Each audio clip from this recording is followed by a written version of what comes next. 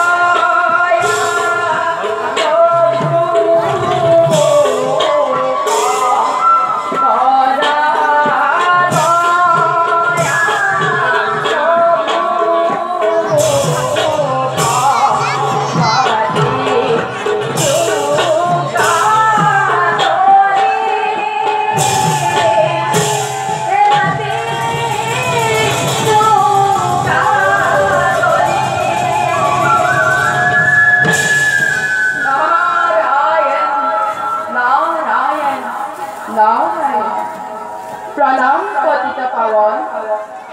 উঠা দেৱৰীতি গুৰুত্বৰ চিন্তাৰ বেলাত তোমাৰ আগমনে আমাক যথেষ্ট সাহস যোগালে দেৱৰীতি প্ৰভু আমি অসহায় বোধৰ পৰা মুক্তি হলো বুজা নহল প্ৰভু পালন কৰ্তা বিষ্ণুৰ অসহায় বোধ নাৰদৰ পুত্ৰ মস্তিষ্কই বুজি নাপালে দয়া কৰি ৰাখক বুজাই কওক প্ৰভু হে টিকালজ্ঞৰ প্ৰভু ভূত ভৱিষ্যত বৰ্তমান সংসাৰৰ নমদৰ্পণ সেইজন নাৰদৰ গা বিদিপ্তি আপুনিয়ে কওকচোন বাৰু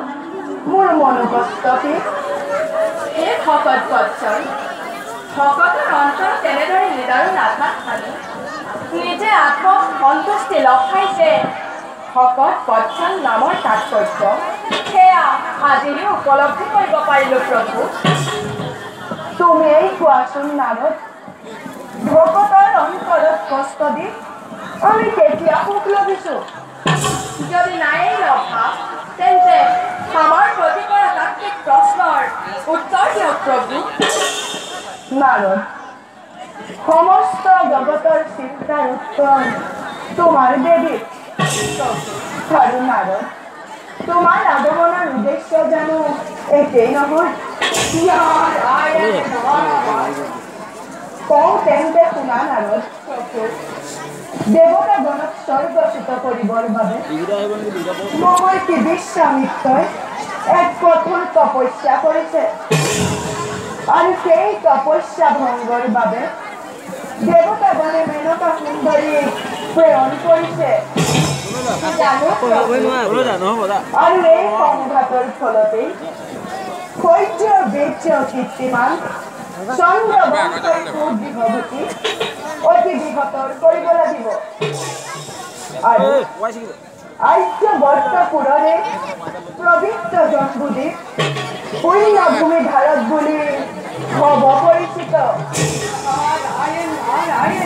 তেন্তে প্ৰভু কেতিয়াৰ পৰা তেন্তে দেৱৰীতি নাৰদো ভাৰতৰ অপেক্ষাত কেৱল অপেক্ষাতে নহয় না তোমাৰ দায়িত্ব ইয়াত অতি গুৰুত্ব কাৰণ এই সংঘাতৰ ফলতে কাশ্যপ মুনিৰ পুত্ৰ দুৰ্জনাসুৰৰো বিনাশ ঘটাব লাগিব যোৱা নাৰদ এতিয়া তুমি নিজ কৰ্তব্য হোৱা গ্ৰহণ ভাল প্ৰভু